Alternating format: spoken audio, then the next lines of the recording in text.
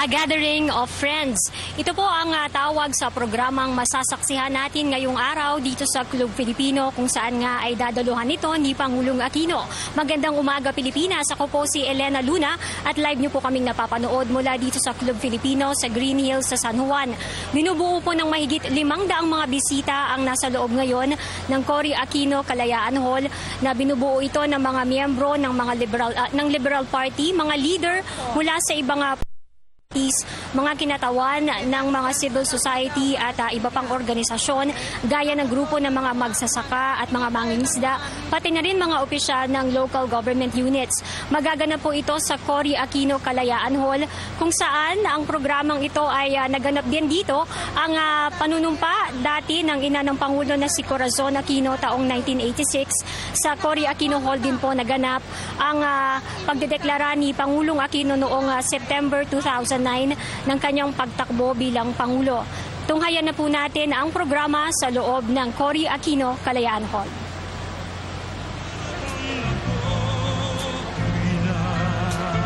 Mag-wave na takay na ay mga cameras.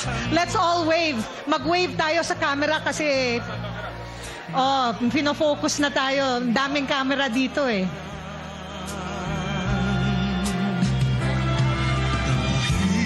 Kaya sa'yo na maitadhanang ako'y isilang sa mundo. Hanggang sa araw-araw ay siyang makapiling mo. Hanggang ngayon at kailanman ikaw ay mapaglingkuran. Bakit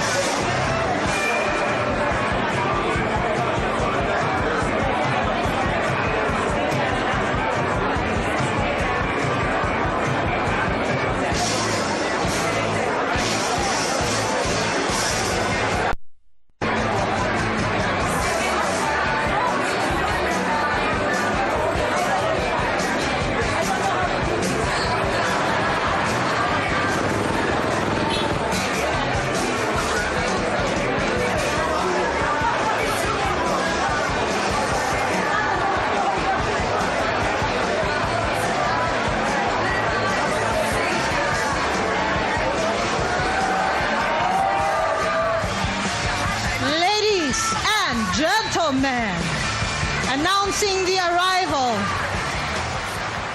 of His Excellency Benigno S. Aquino III, President of the Republic of the Philippines. Let him hear you outside. Woo!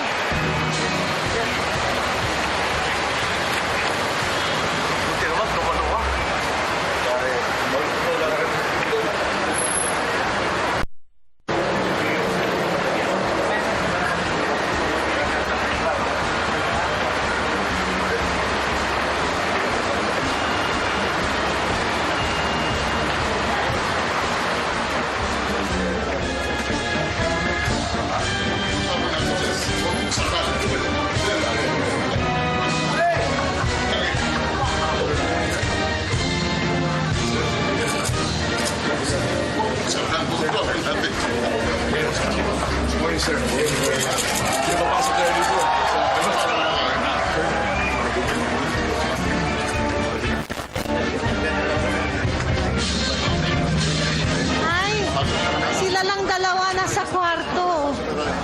Ano kaya ang pinag-uusapan nila? Ano kaya? Rojas na ba? So,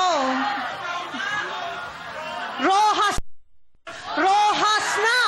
Rojas na!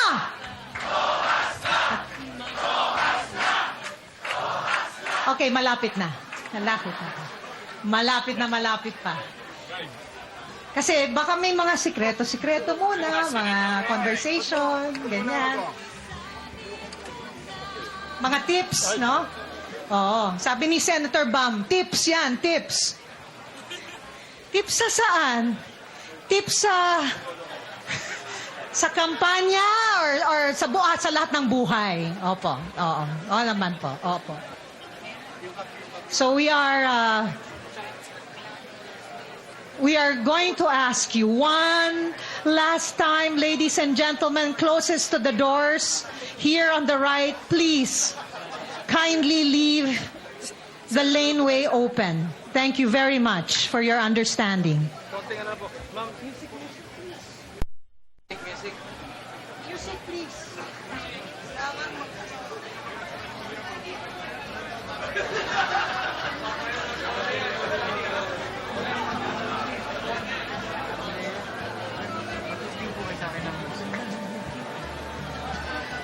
Kunin na lang yung sa camera, yung mabuhay na naman.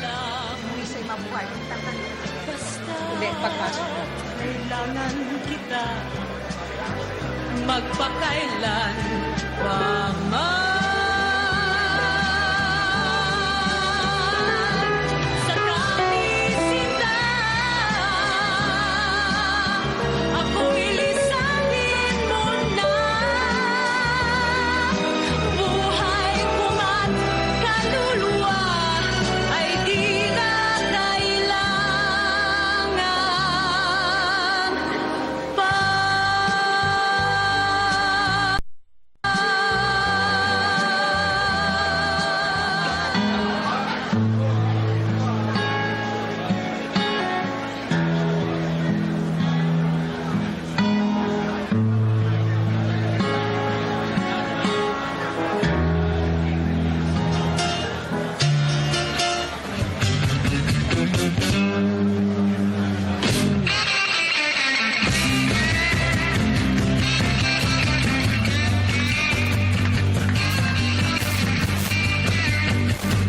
Baka kailangan marinig nila na tinatawag na ninyo sila. So let's put our hands together to the music.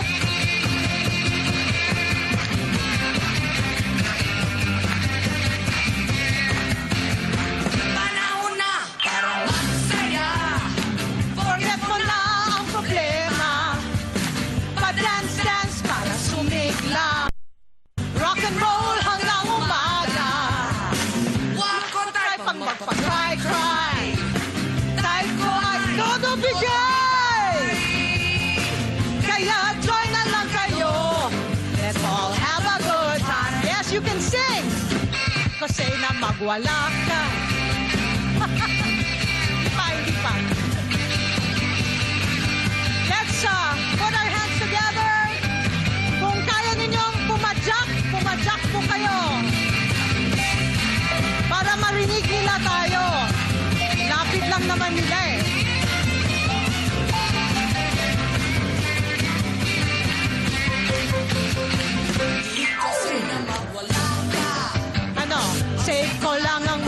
magpabongga ka. Kahit di na sa pagdurusa, right ka lang sa problema. Di ko trip ang magpasa. Hate na hate, wala kaming tulong. Trip ko lang umiksena. Head ko ay sobrang Ayan na si Jim. wak kasi walang kumadre. Baw ka lang ng baw. Pasingsing ka lang para ikaw sumaya.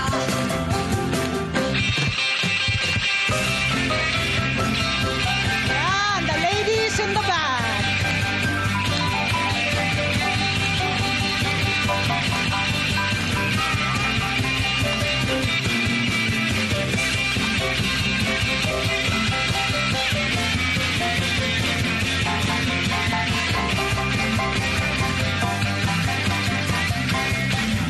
Kasi naman wala ka. Say ko lang, magpabongga ka. Tama na sa pagdurusa. Right lang sa problema. Panahon na para magsaya. Forget mo na problema. Dance-dance mo na sumigla. Rock and roll hanggang umaga. Wako tayo pang mag-cry-cry. Dahil ko ay todo bigay. Kaya join na lang kayo. Let's all have a good time. Kaya join na lang kayo. Let's all have a good time. Kaya join na lang kayo. Let's all have a good time. Palakpakan naman tayo para sa ating lahat. At para sa ating mga panauhing pangdangal na malapit nang pumasok sa ating hall. Kay sarap damdamin kung nasasakyan mo ang tugan. Sabayan lang ng hinaka ng katawan. Ibibigay mo lang ang nararamdaman mong tiyempo. Pati ang edad mo ay wala sa isip mo. Tayo ay magsayawan, lahat ay magkalawan. Kami ng tutugtugan, pagsakan sa bayan. Kahit na magdamagan. Here they are, ladies and gentlemen. Noy, Noy, Noy, Noy, Noy, Noy, Noy, Noy, Noy, Mar, Noy, Mar, Noy, Mar, Noy, Mar, Noy, Mar, Noy, Mar, Noy, Mar, Noy, Mar. Anong oras na po? Orohas na!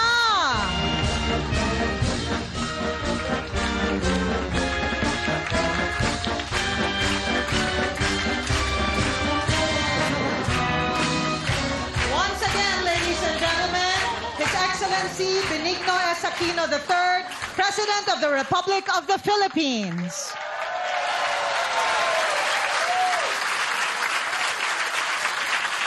Mr. President, ladies and gentlemen, we would like to invite all of you to rise for our national anthem and invocation.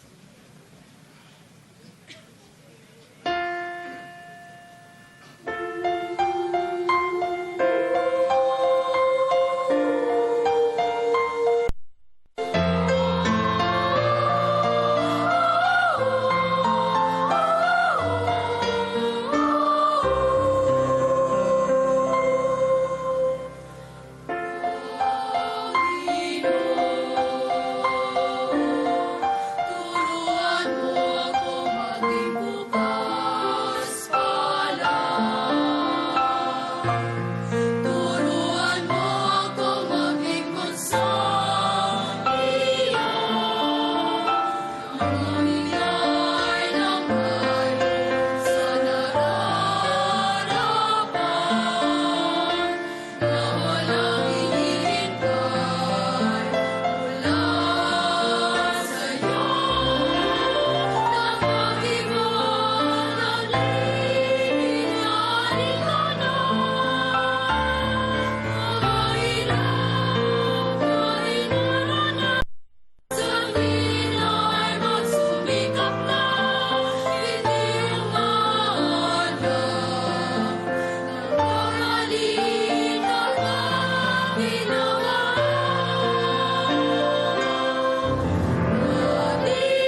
Paligid na, kundi ang aking kapatid, na araw na siya'y sinusundan.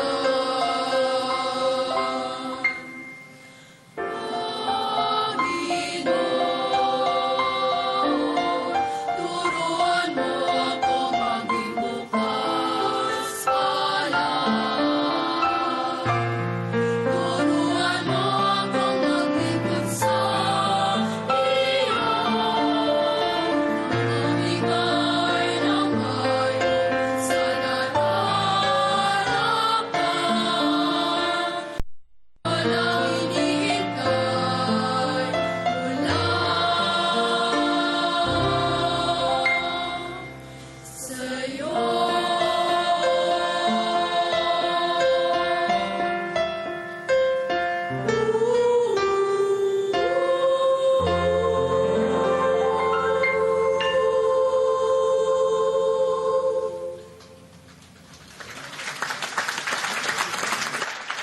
Thank you to our children's choir. We would like to now invite all of you to take your seats. And for those of you who have no seats, we hope you will be patient with us. And those who have been allowed to sit on the floor, this is the time to do so. Good morning, Mr. President, Senate President Drilon, Speaker Belmonte, Secretary Rojas, our cabinet secretaries, our coalition partners, of civil society and NGOs, all of you, friends. Welcome to the historic Cory Aquino Kalayaan Hall at Club Filipino.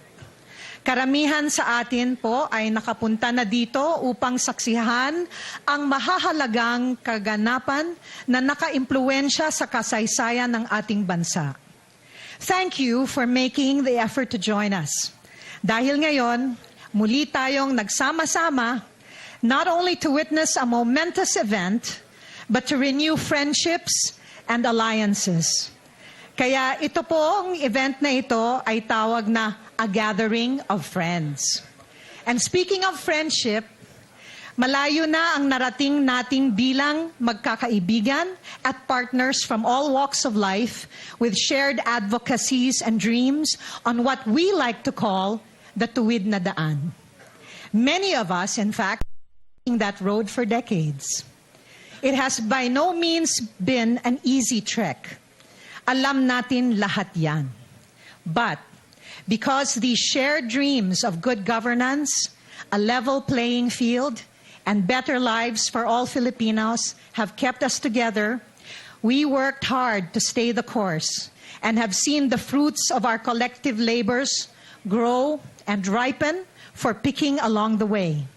Most significantly, in the last 5 years of the Pinoy administration. Maraming salamat, Mr. President, for leading the way.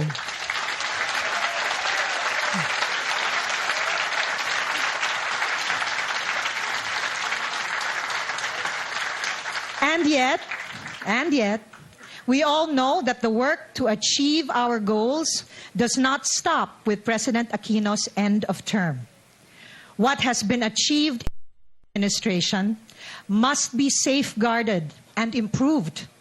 What needs more time to attain should be inherited by leaders who are committed to walking the daang matuwid in 2016 and beyond.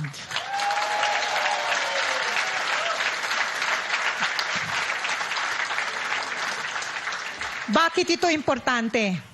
Dahil ang mga susunod na magsasalita ay naabot na ang ilan sa kanilang mga pangarap at ngayon ay makakaasa pa ng higit mula sa as future servant leaders.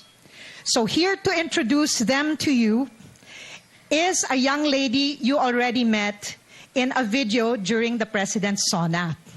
She is my co-host and will be an incoming freshman at the University of the Philippines.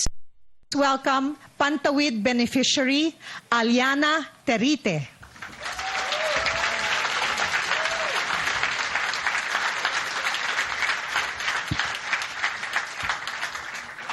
Maraming salamat po.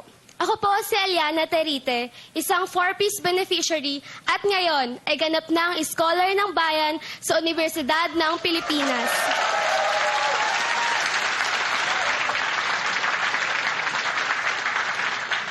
Kung naaalala niyo po, ako po yung napanood niyo sa presentasyon ng Pangulo sa SONA. Naririto po tayo ngayon upang mapakinggan ang iba't ibang kwento ng ilan sa mga tulad ko po na nagbago ang buhay dahil sa pagtahak sa matuwid na daan.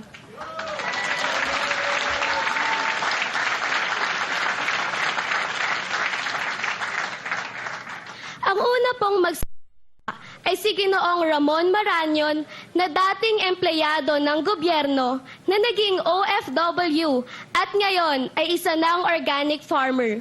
Pakinggan po natin ang kwento ni Ginoong Maranyon.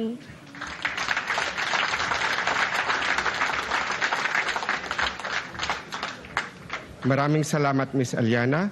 Magandang umaga po sa ating lahat, lalo na po sa pinakamamahal natin na Pangulo.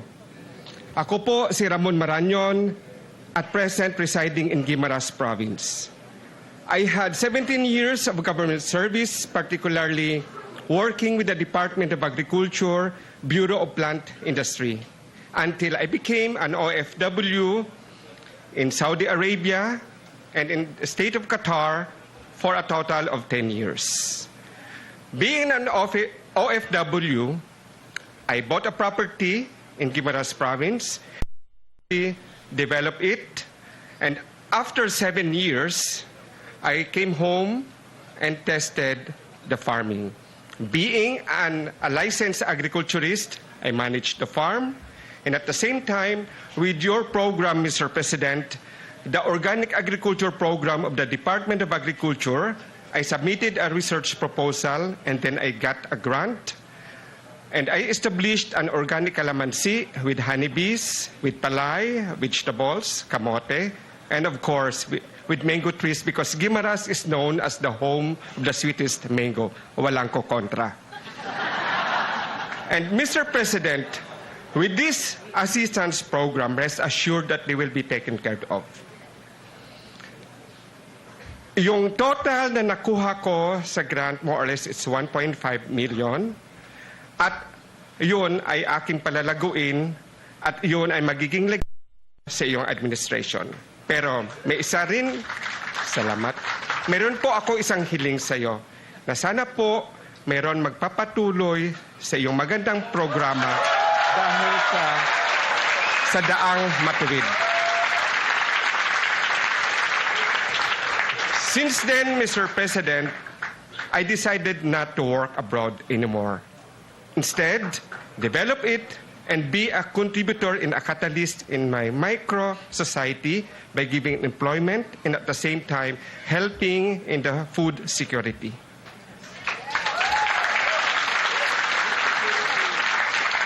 Nagpapasalamat din po ako dahil sa tulong ninyo po at sa kayong local government, ang Big Fortune Farm or BFF, that's the legal personality, is now an agri-tourism circuit of Iloilo and Guimaras tourism circuit. At yun po ang aking pangalagahan habang ako po nandito sa mundo. At being passionate in organic farming, that led me to the nomination, and I was chosen as one of the members of the National Organic Agriculture Board, representing the small farmer in the Visayas region. While in the board, rest assured that the organic farming be given a priority. Yun lang po. Maraming salamat, mahal na Pangulo, at maraming salamat sa lahat.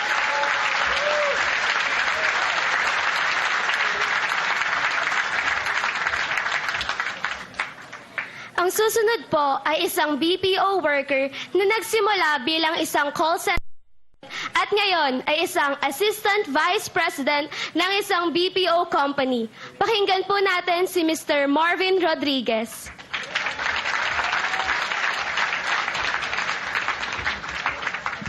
Magandang araw po sa ating lahat, President Aquino, Secretary Mar, at sa ating pong mga kaibigan. Ako po si Marvin, 13 taon na po nagtatrabaho sa BPO industry. Karangalan ko pong ibahagi sa inyo ang aking kwento na isa po lamang sa napakaraming kwento ng mga katulad kong nagsimula, nagpursige at ngayon po ay nakikinabang sa magandang naidulot ng BPO industry. It actually just started in a dream back in 2002. I was just a fresh graduate then in an all-boys college in Mindiola. So just like all, I wanted to find work to fulfill personal goals and to provide for others. In 2002, the BPO industry is just starting. So I applied in one company. Fortunately, I got accepted. From then on, what follows would be dreams that are fulfilled and goals that are met.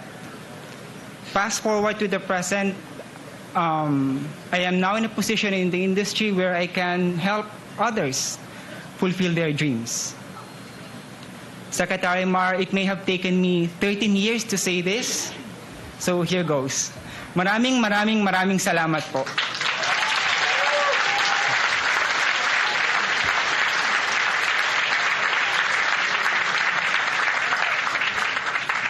Kung hindi po dahil sa inyo, wala pong BPO industry na nagbibigay ng maraming benepisyo at patuloy na nagbibigay ng maraming benepisyo sa halos 1 milyong empleyado, kasama na po ang kanilang mga pamilya. Sana po, ipagpatuloy po ninyo ang nasimula ni President Aquino sa Daang Matuwid.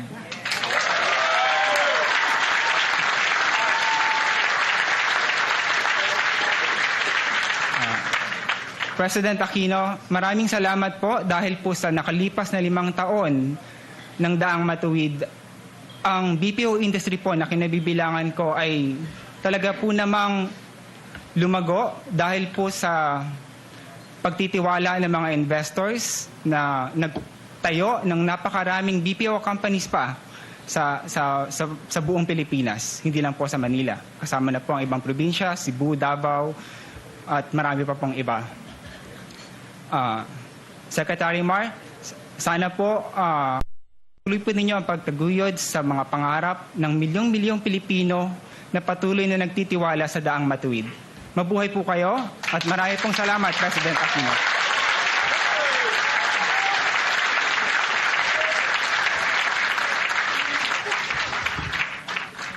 Ang susunod pong magsasalita ay isang mayor na ginawang inspirasyon at gabay sa kanyang pamamahala sa kanilang bayan at komunidad, ang Daang Matuwid.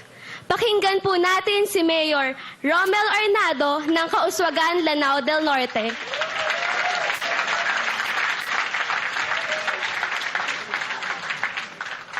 Assalamualaikum warahmatullahi ayalawan barakatuhu.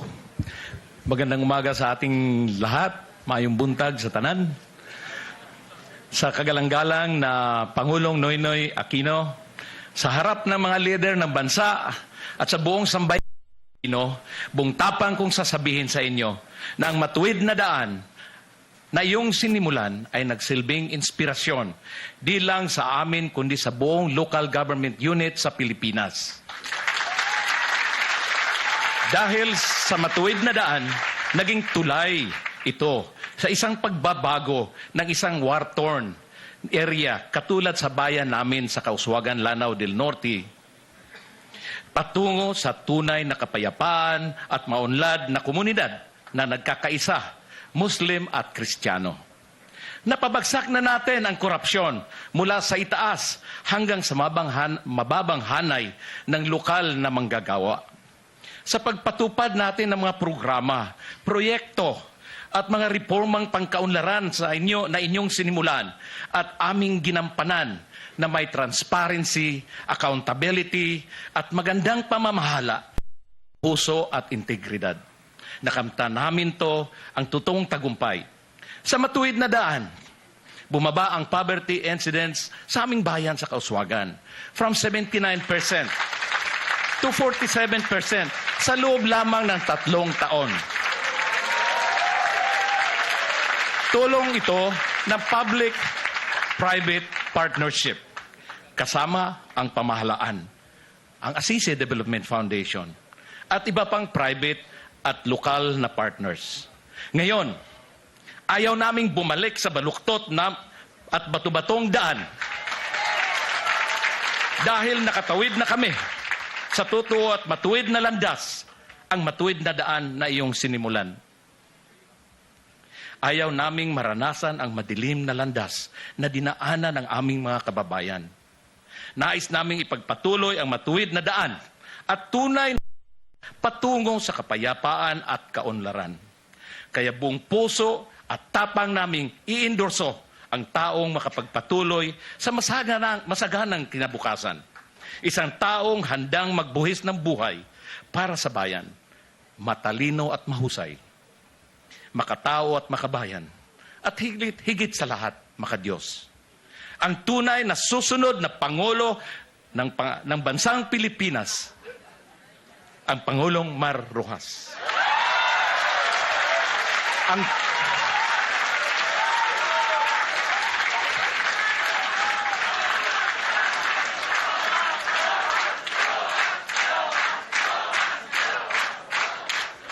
Ang tagumpay ni Mar Rojas ay tagumpay nating lahat. Maraming salamat.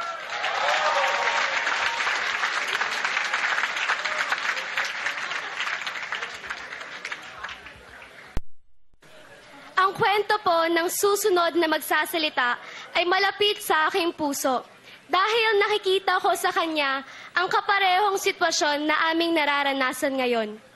Isa po siyang parent leader ng Pantawid Pamilyang Pilipino Program na isang programang nagbibigay ng pag-asa sa mga katulad ko na nangangarap ng magandang kinabukasan hindi lang para sa aming sarili, ngunit para na rin sa pag-unlad ng ating bayan. Pakinggan po natin ang kwento ng pagbabago ni Nanay Analiza Natalio.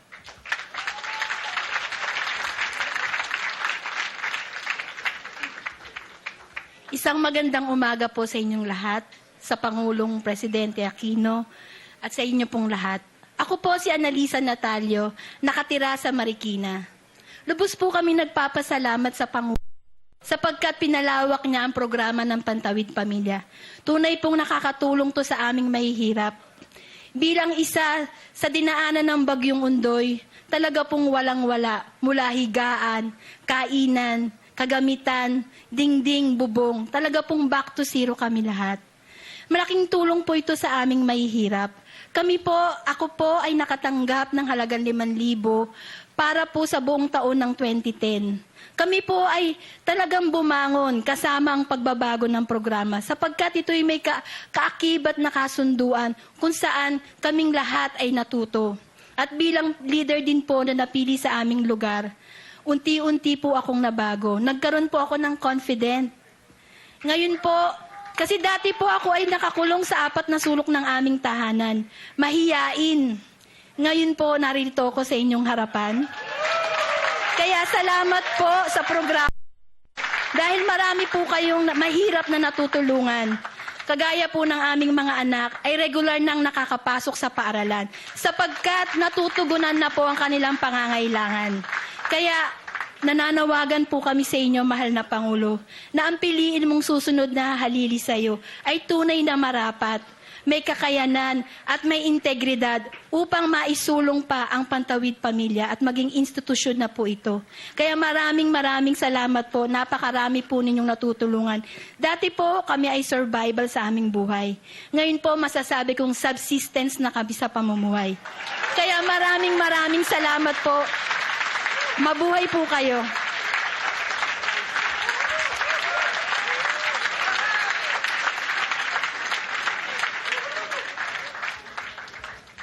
Ngayon po na narinig na natin ang ilang kwento ng tagumpay at pag-asa ng daang matuwid.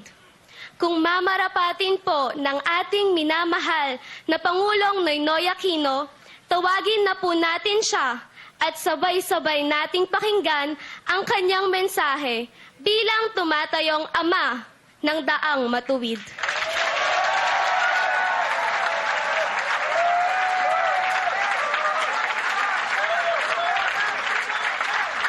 Ay, pues, para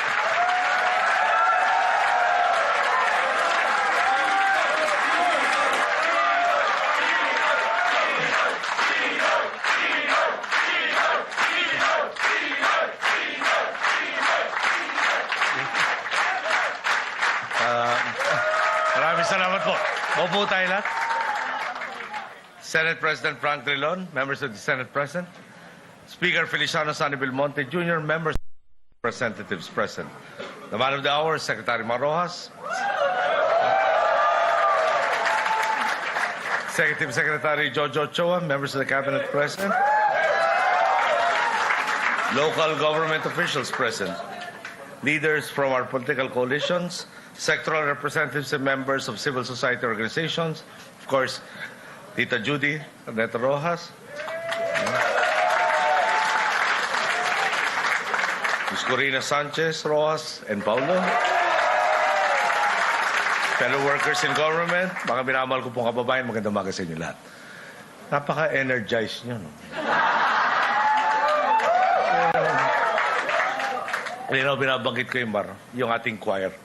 Yung mga bata talagang, nakita niya parang dating very professional. At saka, yung kanta lang ho yung pinili, lalo sa prayer, medyo malapit ho sa puso ko yan. Turuan yung pagiging bukas palad. Kinakanta ko yung pagpikon na ako kung sino man ang kausap ko. Talaga nakakakalma. Siyempre, nadagdagan pa nitong atmosphere natin. Ganda nakikita natin marami sa inyo. Ang tagal ko na hindi nakikita, no?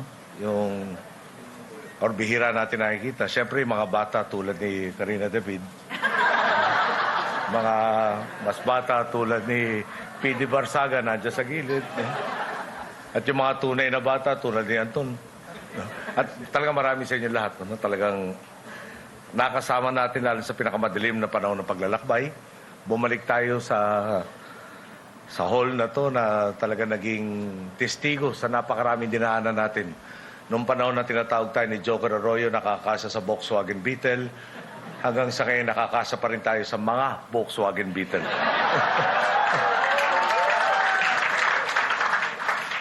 Dahil nawin sa kapwa, kung gusto niyo sumabay sa atin, ihahanap natin siyang pwesto sa Volkswagen Beetle.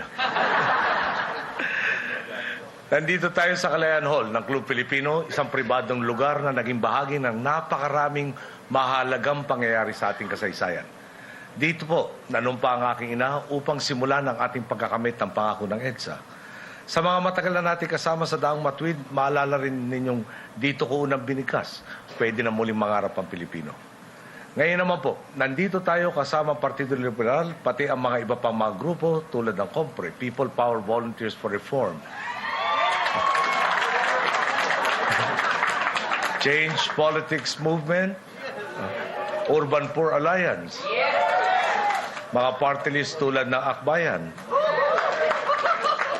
Yakap, Angkla, dahan-dahan nung pala itong may magalit na naman na hindi nabanggit, Co-op Natco, A-Teacher, no? ABS, yung party list po, at APEND. pati na nga mga kaibigan kasapi ng NUP at NPC na nandito rin po sa araw na ito.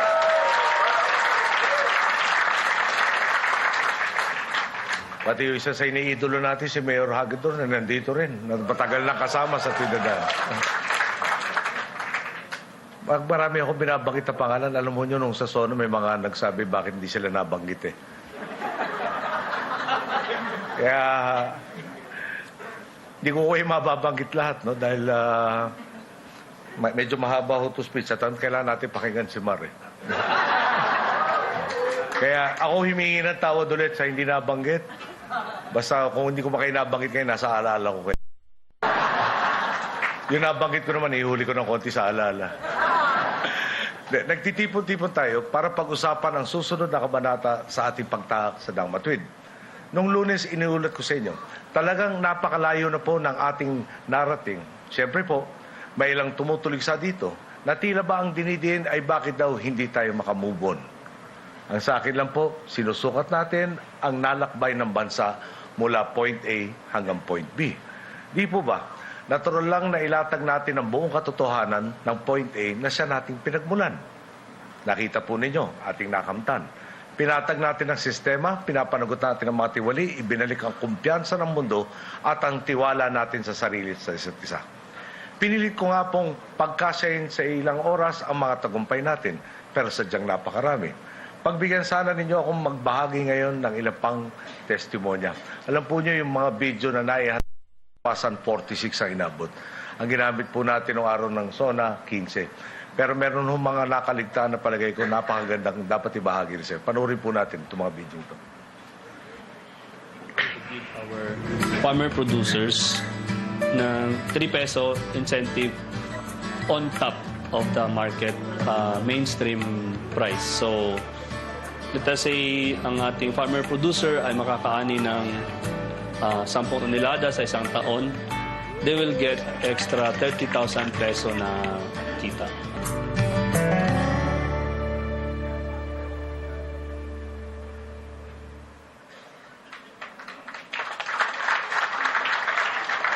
Bagay na kailangan talaga dito sa area namin dito is rice mill.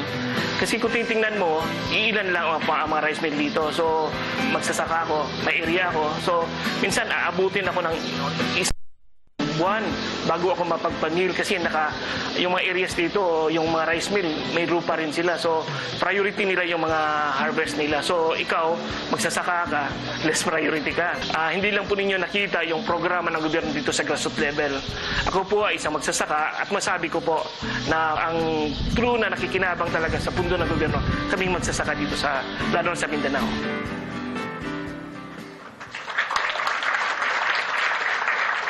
Paglaki ng Neto, parang sumabay din sa paglaki ng Iloilo. Yung mga expansion saka road widening projects na katulong talaga sa businessman. Dadaan sila sa regional road or sa circumferential, mas makakapunta sila ng mabilis. Nag-boost din yung economy tsaka yung tourism. Ito yung the best time na magpalaki ka ng business kasi your city is also growing. Kasi hindi lang matutulungan yung mga businessman, kundi yung makapagbigay din ng mga trabaho sa mga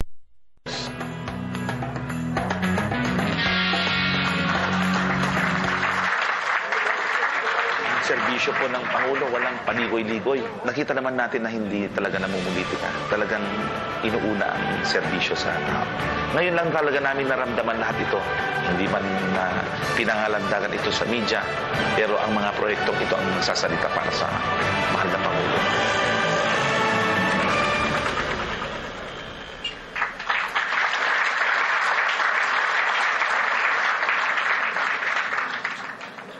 Didi ko lang po, ilang halimbawa lang yan, simula pa lang ito. At napaklayo pang nang pwede natin marating. Sabi ko nga po, sa pagsasaliksik ng NEDA, sa loob ng isang henerasyon, maaari nang maabot ang first world status. Meron bang kahit sa atin dito sa bulwagang to ang nagsabing o nag-isip man lang magagawa natin o mapupuntahan natin ang first world? Nagalaka ako sa lakas ng ipinakita ng ating mga boss upang ipaglaban ang mga tagumpay na ito. Sabay nito, di ko maiwasang maisip, di po ba ito mismo ang tamang serbisyo na nagpapalawak sa pagkakataong umasenso ang karapat-dapat lang para sa ating mga boss? Bakit umabot sa puntong kailangan pa itong ipaglaban?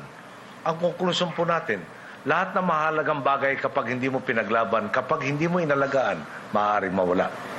Mga boss, sa natitirang panahon ng aking termino, may dalawang napakahalagang obligasyon ko sa inyo. Una, kailangan kong siguruhin maging malinis, mapayapa at mananatiling makatotoo at may kredibilidad ang gaganaping halalan sa taong 2016. Ang pangalawang obligasyon naman po ay mas lilinaw kung ipapaliwanag ko gamit ang ilang kwento. Nasabi ko na po sa inyo, may ilan na rin pong nagmungkahi na para raw masigurong hindi masayang ang ating pinaghirapan, dapat daw magtagal pa ako sa pulis. Naipaliwanag ko na po sa inyo lahat ng SONA kung bakit ako tutol dito. Ayaw nating magbukas ng pagkakataong may maghari-harian habang buhay para sa pansariling interes. Hindi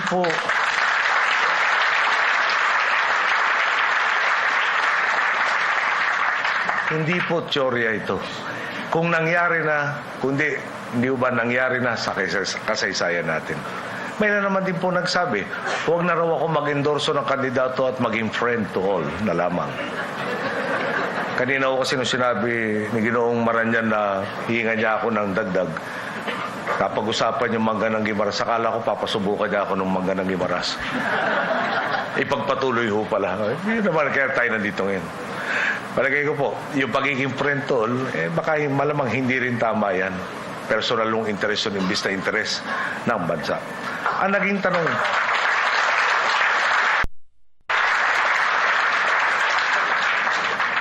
tanong, kung ayaw mo at kung hindi ikaw mismo magtutuloy, sino ang dapat pumalit sa inyo? Di po nila sa atin. Obligasyon ko daw pong humanap ng karapat-dapat na halinhin at magtutuloy sa ating inumpisahan. Obligasyon kong siguruhin hindi masasayang ang lahat ng nasimulan.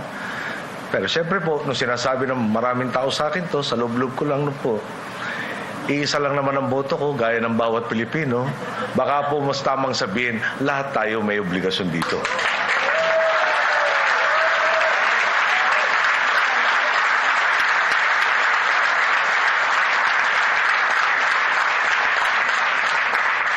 Meron nga po minsan nagpadala ng text na anong umpisa akala ko ay tinutuloy sa tayo. Pero yung pala sa dulo ay pinuri naman. Sabi ko kasi sa mensahe, and I quote, "It's a thankless, awful job that good people, right minds, would not take on." Siyempre, sampahin na ako kagad ng text yun. Ba't kaya ito pinadala sa akin? Dagdag pa niya, at dito gumanda naman kalooban ko.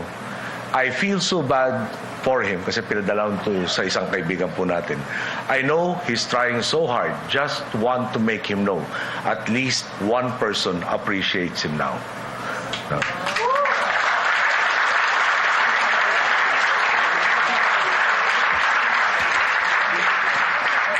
Yung nagpadala po sa akin noon, hindi nakikihalubilo sa politika. Interest po nito yung environmental issues.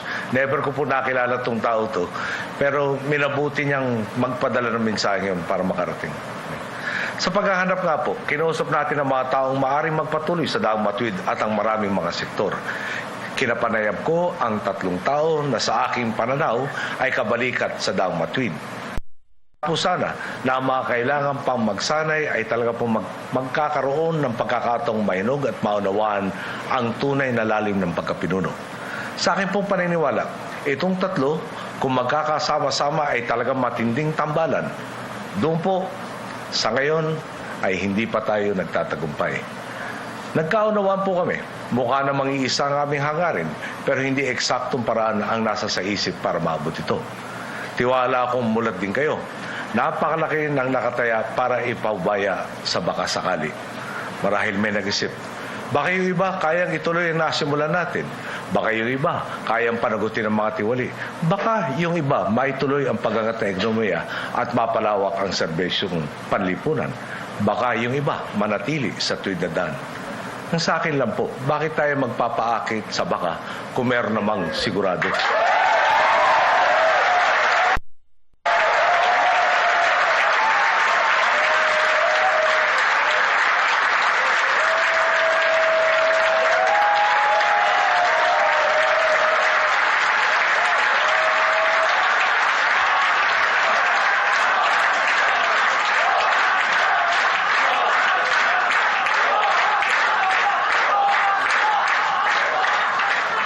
Liwanagin ko lang po, yung siguradong tinutukoy natin, hindi yung siguradong tiwalas or tiwali sa ating daang matuwid. So ano yung siguradong kinausap natin at sigurado tayo? Number one, siguradong may kakayahan. Siguradong walang ibang boss kundi ang taong bayan. Siguradong walang ibang pinagkakautangan na loob. Siguradong walang ibang interes kundi ang bayan. Bago ang sarili.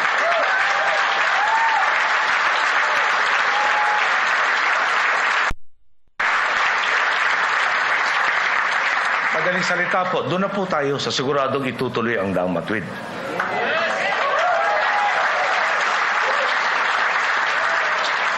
At ang paniniwala ko po, ang taong ito walang iba kundi si Mar Roxas.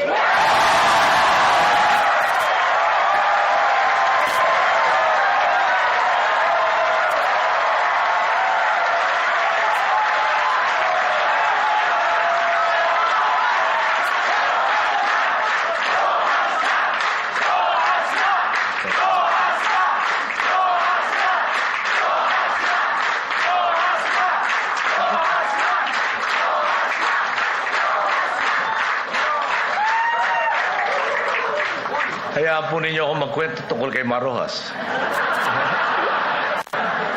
Alam po ng marami sa atin, siya ang unang nagsikap para madala ang BPO industry sa Pilipinas.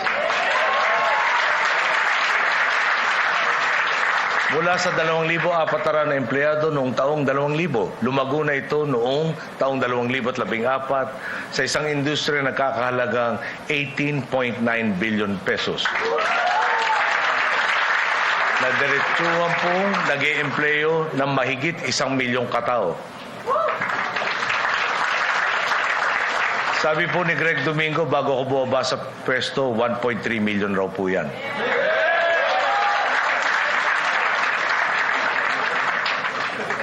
Pero palagay ko po may nakatago pa sa dun para masabi lumampas sa pinangako. Ang hindi alam na marami, huli nang nakasali ang Cubao sa paglago ng mga BPO dahil pinagbawalan ni Mar ang pamilya niyang mag-apply sa mga EcoZone.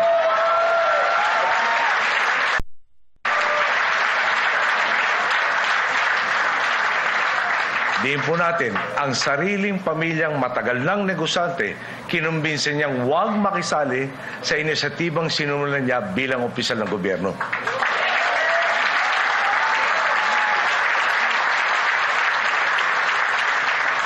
Dito po at sa marami pang ibang halimbawa, klarong-klaro ang integridad ng isang Mar Roxas.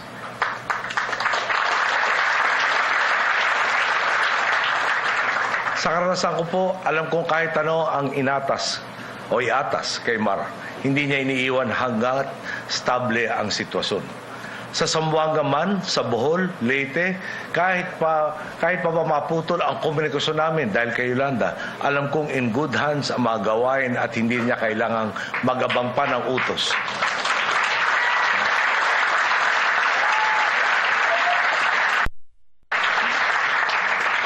Di na kailangan ng utos upang masigurong natutugunan ang dapat tugunan. Ipakilala ko rin po, hindi bakasyon ang pinuntahan sa mga lugar na ito. Panahon ng krisis, kailangan siguruhin nakakakain ng mga tao sa evacuation center, natutugunan ang maraming ibang agarang pangangailangan. Nang nagpunta po kami sa Zamboanga halimbawa, lumikha rin po dagdag na pinipiso sa Zamboanga, lumikha sila ng bagong cottage industry ng mga labandera dahil may ilan sa aming umasa na overnight lang kami doon at hindi nakapagdala ng sapat na damit. At wala rin nung tindahan bukas. Ang palaisipan nga po natin sa atin, sa kabila ng mga nagawa ni Mar, sa kabila ng kanyang sakripisyo, para bang may industriya talagang nakatutok sa paghatak sa kanya pababa.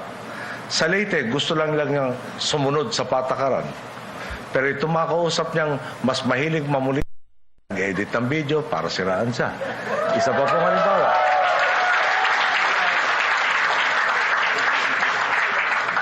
Wala pang madaanan ng mga kotse kaya minabuti ni Mar sumakay ng motorsiklo para makarating sa mga lugar na dapat puntahan.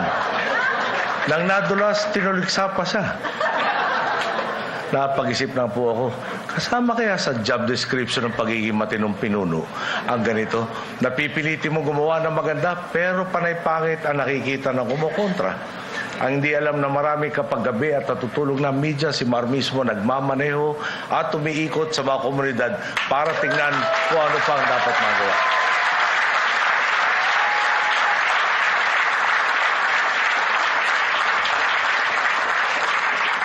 Kami po sa Liberal Party, lalo na sa generasyon namin, ay pinagdiinan ng mga nauna sa amin. At hindi kami komportabling nagbubuhat ng bangko.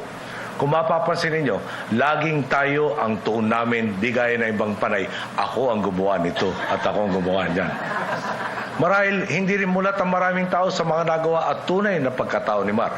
Sadyang ganyan ang kapalaran ng mga nakatuon sa tunay na pagbabago imbis na sa mga photo op at paglalagay ng muka at pangalan sa novelty items.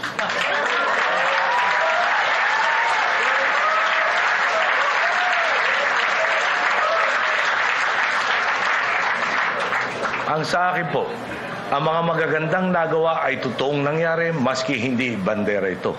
At sa pagpili natin, ako nga po, tulad ninyo, hindi ko na kinokonsidera ang mga klarong epal at taliwas sa tuwid na landas. Mga boss, nung una akong nangampanya, kapag nakikita ko sa Tarlac, ako po'y tumakbo bilang congressman, napakaraming mga lugar na parang walang iniusad mula nung nung panahon pang gobernador ng tatay ko. Kako, nasaan ang asenso? Bakit ganito? Ito po yata ang epekto ng tinatawag na tradisyonal na politika. May mga ginawang pakay ang panatilihing naghihikaho sa mga kababayan natin para sila ang maging takbuhan mula pagkain, pagpapagamot hanggang sa kasal, binyag o lamay.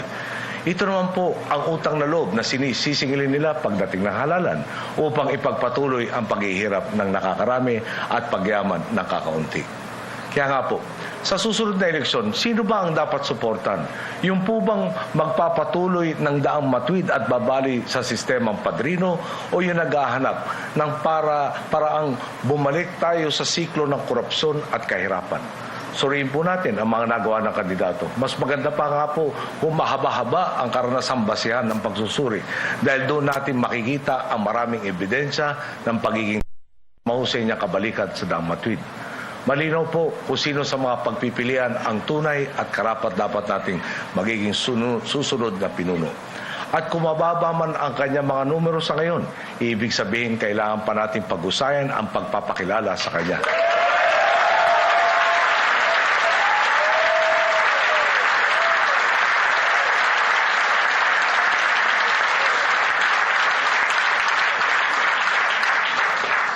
Tinatawag na naman po tayong patunayan na the Filipino is worth fighting for.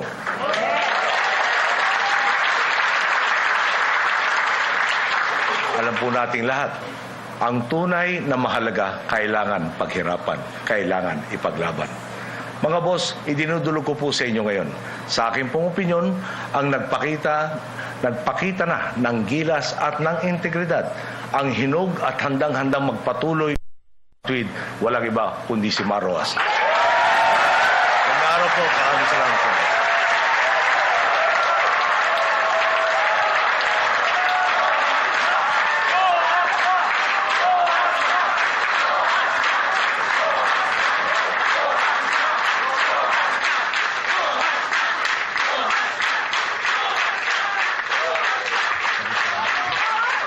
Thank you.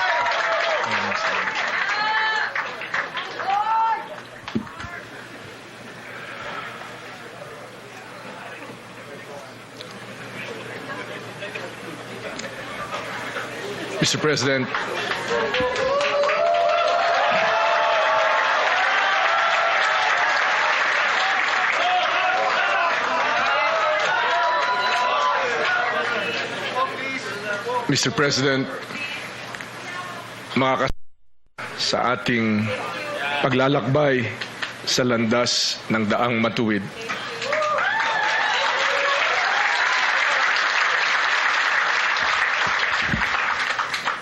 mga minamahal na kababayan. Una, Happy St. Ignatius Day.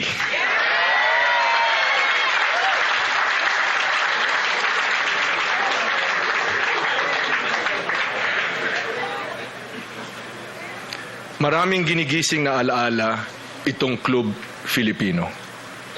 Dito nanumpa si Pangulong Cory noong 1986. Nabanggit na rin ni Pinoy kanina, dito niya tinanggap ang panawagang mamuno at dito niya unang sinabing pwede na muli tayong mangarap.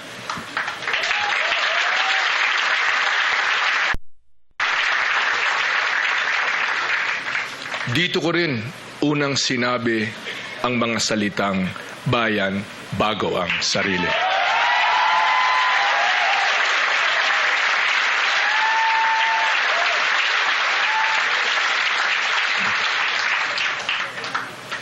Pamilyar sa akin ang dinaanan ni Pinoy. Naunawaan ko ng buo ang pagninilay na kinailangan niyang gawin noong 2009. Labas sa mga kilala talaga ako, kakaunting nakakaalam na hindi ko rin binalak pumasok sa gobyerno. May kapatid ako, si Dinggoy. Namatay siya noong 1993. Siya sana ang ambag ng aming henerasyon sa prinsipyong pamana king lolo. Bayan bago ang sarili.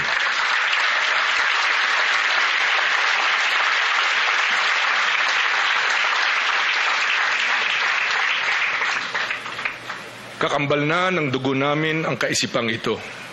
Ito ang idiniin sa akin ng ama kong si Jerry at ito rin ang idinidiin ko sa aking anak at sa aking mga pamangkin. May obligasyon kang magsilbi. Unahin mo ang kolektibo kaysa personal. Palagi kang mag-ulikid sa mga kababayan mo.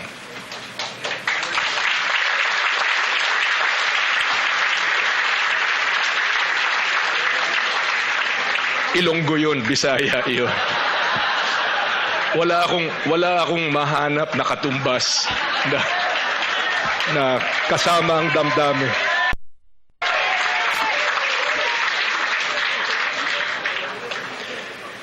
Nang nawala si Dinggoy, sa akin lumapag ang responsibilidad na isabuhay ang prinsipyong ito. Hindi ko ito kayang talikuran. Hindi ko kayang talikuran ang alaala ng dad at ni Dinggoy, pati na ng aking lolo.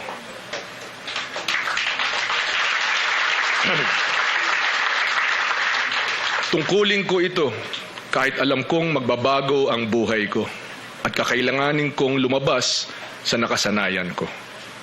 I had to do justice to what I had been taught and to what I knew in my heart was right. I accepted the responsibility.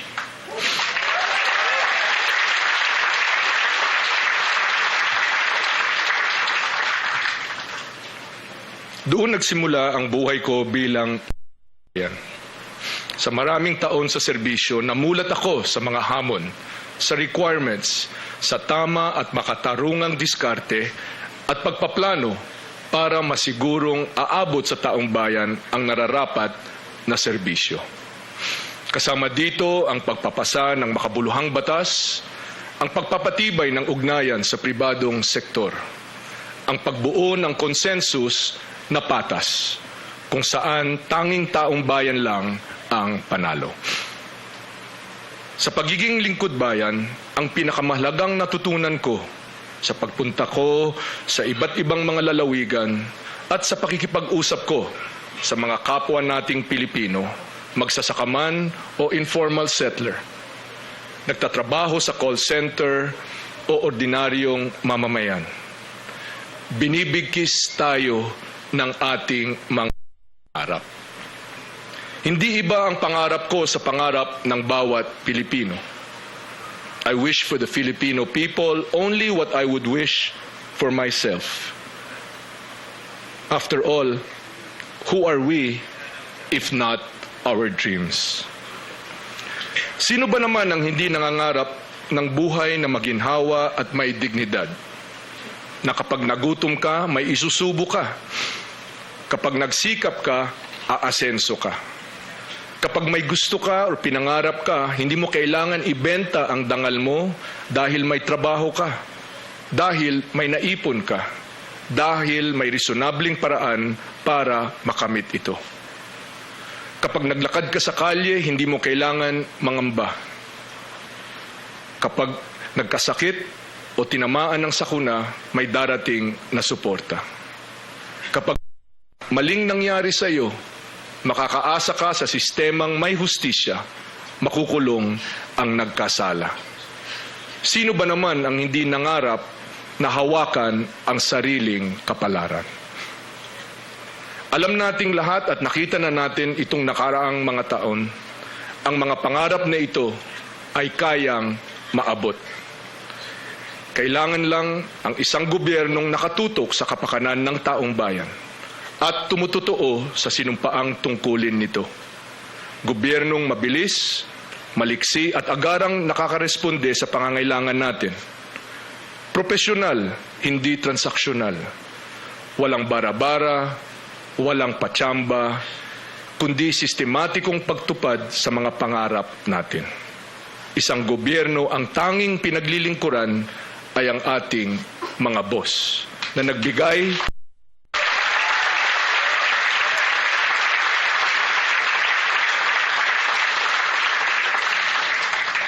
sa kanya ng mandato at lakas.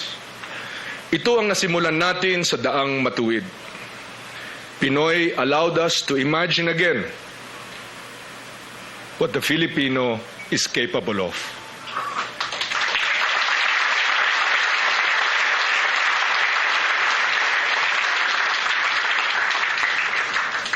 Pasensya na po kayo, mababa talaga luha ko.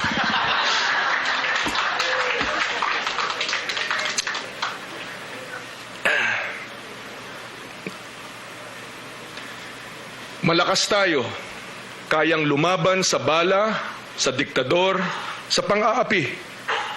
Matibay tayo, madapaman dahil sa sakuna o sa kahirapan, ay babangon at ulit.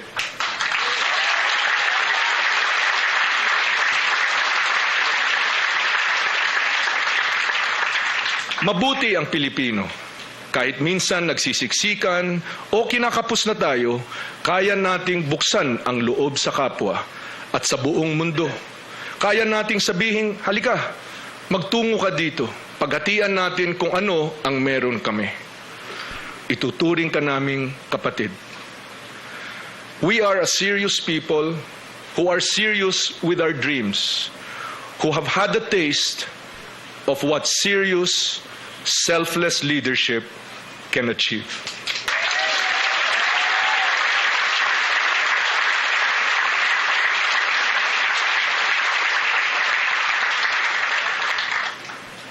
Mr. President, kung maalala po ninyo, noong 2009, nag-usap po tayo, bago po ninyo tinanggap, natatakbo po kayo. Nagkasundo tayong isantabi ang personal na interes at isipin kung para saan ba talaga tayo nagsisilbi. Sabi mo sa akin noon, hindi mo pwedeng talikuran ang panawagang ipagpatuloy ang laban ng iyong mga magulang. Sa pag-endorsong ito, ang pakiramdam ko, ipinapasa mo sa akin ngayon ang mga ipinaglaban nila.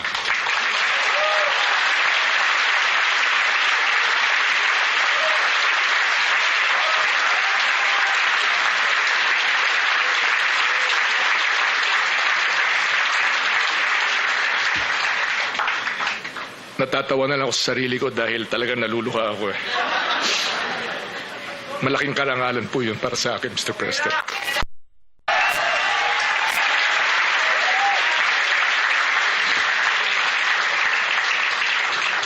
Napakalaking karangalan ito at sumusumpa ako ngayon. Hindi ko dudumihan ang pangalan nila at lalong hindi ko dudumihan ang pangalan po ninyo.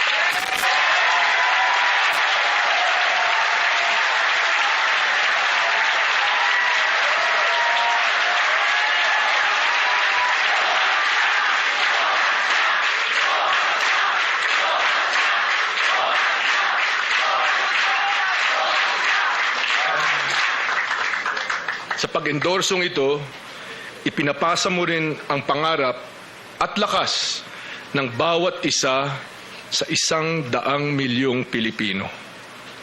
Mga boss, hindi ko sasayangin ang tiwala ninyo.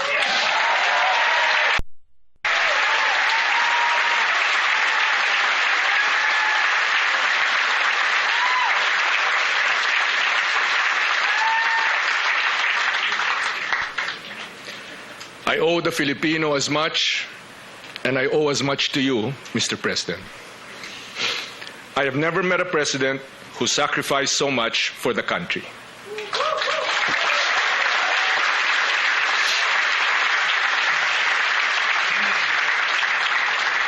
I have never met a president who has been able to inspire so much confidence.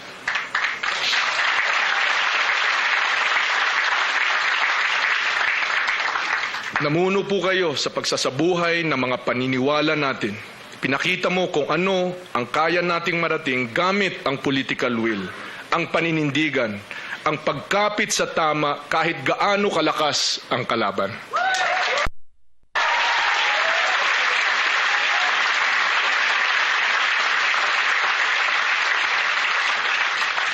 Buong pagpapakumbaba akong nagpapasalamat sa inyo at sa ating mga boss. Hinding-hindi ako lilihis sa daang matuwid.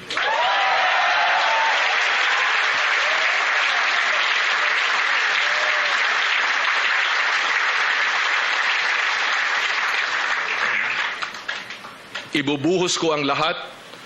Wala akong ititira para sa sarili ko. I will leave everything on the floor para sa labang ito.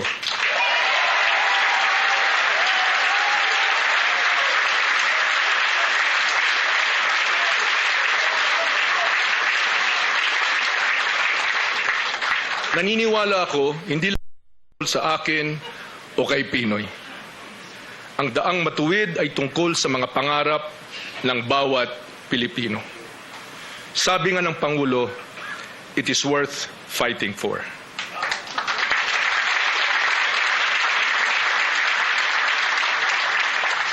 It is worth sacrificing for.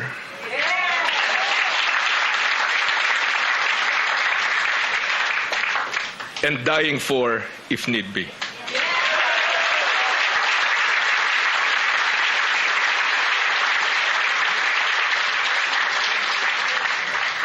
The straight path transcends me and Pinoy.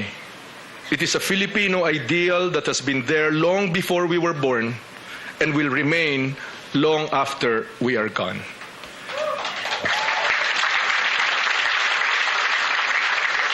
Hinahamon tayo ng kasaysayan na prinsipyong ito na magpatuloy sa ating paglalakbay na ipaglaban ang ating mga pangarap bilang lahi.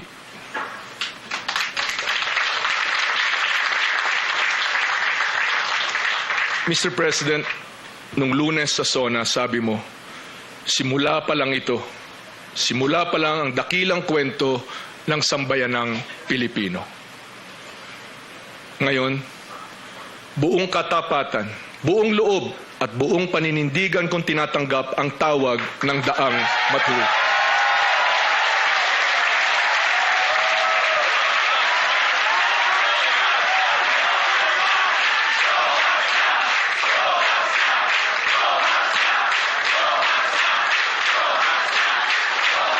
Maupo.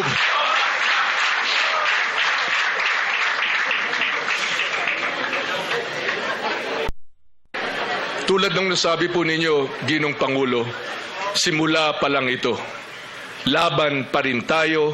Ako si Mar Rojas, tinatanggap ko ang hamon ng ating mga boss.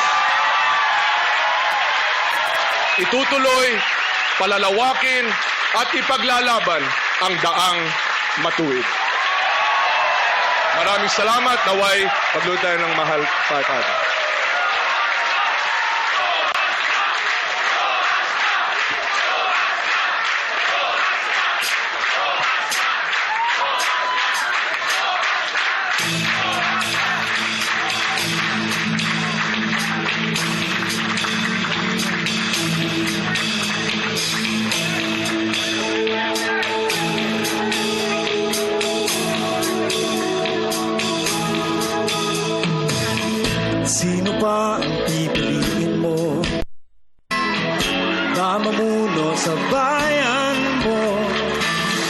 walang bahid ng panloloko. Malinis ang puso at pagkatao, walang may bibintang nakatiwalian. Malawak at malalim ang karanasan, subok na't matibay ang kakayahan. Ang tanging hangad paglingkuran ng bayan. Papatuloy ang simulain, tuwid na daan ay pag-iibayuhin. Maunlad na buhay ay matatamasa at magpapatuloy ang reforma.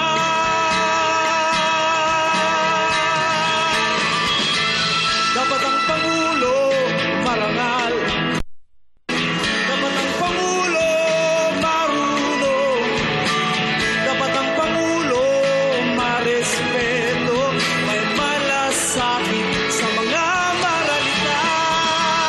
Dapat ang Pangulo marangal, dapat ang Pangulo marunong, dapat ang Pangulo marespeto, may malasakit sa mga maralita. Huwag nang ibalik ang dating gawi, huwag nang hayaang muling mamayani, katiwalian at walang pakundangan na pagnanakaw sa kaban ng bayan. Huwag nang hayaan tayo ay pamunuan ng mga nagtatago sa kapangyarihan. Huwag nang tulutan tayo ay pagharian ng gustong-gusto ang ating kasarinlan. Malayo-layo na ang ating narating, tutuwid na ang maling gawain, mahaba pa ang daang tatahakin, pagpatuloy ang kapatid. Magpapatuloy ang reforma.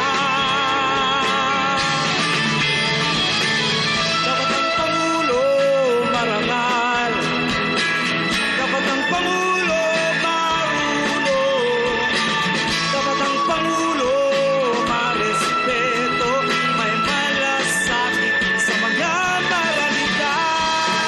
Dapat ang Pangulo marangal, dapat ang Pangulo marunong, dapat ang Pangulo marespeto, may malasakit sa mga maralita.